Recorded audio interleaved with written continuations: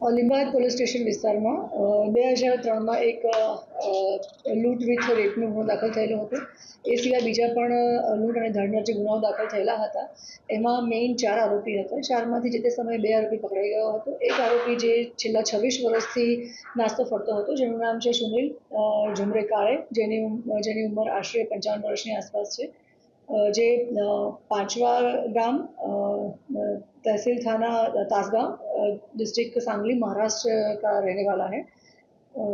पहला 2 वर्षों पहला જ્યારે આ 2003માં ગુનો બન્યો ત્યારે એ પર્વત પાટિયાના વિસ્તારમાં છોટી મોટી મજૂરી કરી અને રહેતો હતો.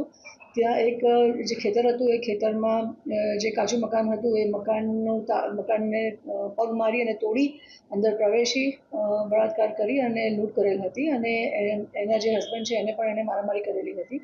આ બાબતે ગુનો દાખલ થયેલો હતો લીંબાયત પોલીસ સ્ટેશન વિસ્તારમાં. 4 આરોપી હતા, એમાંથી 2 પકડાઈ ગયા છે અને જે 2 બાકી હતા એમાંથી એક આજે છે સુનિલ ઝુમરે કાળે.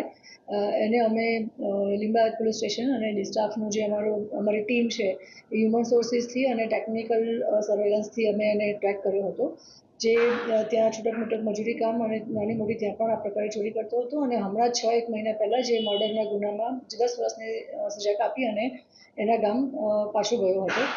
અમારી પાસે જેવી ઇન્ફોર્મેશન આવી અમે ટીમ રવાના કરી અને આ આરોપીને ઝડપી લીધેલો છે, જેના પર પોલીસ કમિશનર શ્રી સુરત શહેરના અનુપસિંહ ગેહલોત સાહેબે 40,000 રૂપિયાનું ઇનામ પણ જાહેર કરેલું છે અને સુરત સિટીના જે ટોપ 16 આરોપી છે એમાંનો એક આ છે જે નાસ્તો કરતો હતો અને જેને અમે આજે એરેસ્ટ કર્યો છે. અમે કેટલા વખતથી જે લાંબા સમયથી આરોપીઓ જે નાસ્તા ફરતા છે, જે ટોપ 20માં સુરતમાં આવે છે અને જે લોકો ઓલરેડી મેજર ક્રાઇમ્સમાં વોન્ટેડ આરોપી છે, એની એક ડ્રાઈવ અમે રાખેલી હતી ઝોન 2 ખાતે સુરત સિટીમાં.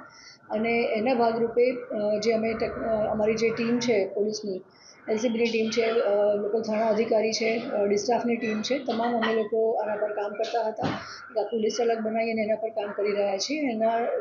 એના ભાગરૂપે જ અમને હ્યુમન સોર્સિસથી અને ટેકનિકલ સર્વેલન્સથી આ માહિતી મળી હતી. આ જે આરોપી છે સુનિલ સન ઓફ ઝુમરે કાળે, મર્ડરમાં પણ મહારાષ્ટ્રમાં આરોપી રહી ચૂક્યો છે. મેડમ, આ કેટલું ચેલેન્જિંગ હોય છે? કારણ કે જે તે સમયે જ્યારે વ્યક્તિ ગુનો કરે છે ત્યારે હાવભાવ અલગ હોય છે, ચહેરો બદલાવ હોય છે, ત્યારે હવે પકડવું કેટલું પોલીસ માટે ચેલેન્જિંગ હોય છે?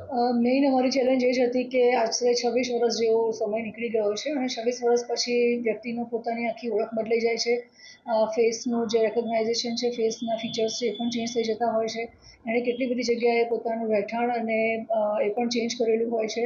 સો આમાં અમે ખાસા એની પાછળ 1-1.5 મહિનાથી અમે મહેનત કરી રહ્યા હતા અને ટેકનિકલ થોડું સર્વેલન્સની પણ અમે સપોર્ટ લીધો હતો, જે તે ગામના અને જિલ્લામાં સ્ટેટમાં પણ અમે ત્યાં જે લોકલ પોલીસ છે અથવા અમારા બાતમીદારો દ્વારા ખરાઈ પણ કરતા હતા અને ટીમ પણ અમારી ઘણી વખત ત્યાં જઈને સર્વે કરતી હોય છે, ત્યારે અમને આમાં સફળતા મળે છે. એટલે એક આરોપી જે 26 વર્ષ પછી અમે પકડ્યો છે એની પાછળ અમારા તમામ પોલીસ સ્ટાફની એટલીસ્ટ અમારી જે 20 જણની ટીમ છે અને એ 20 જણ દિવસના 6 કલાક કામ કરે છે, તો એ અમારી રોજની 120 કલાકની મહેનત, એવી રીતે 1-1.5 મહિનાની મહેનત અમારે ઓછામાં ઓછા 1000 થી 2000 કલાક અમે આપીએ ત્યારે અમને આ રિઝલ્ટ મળતું હોય છે.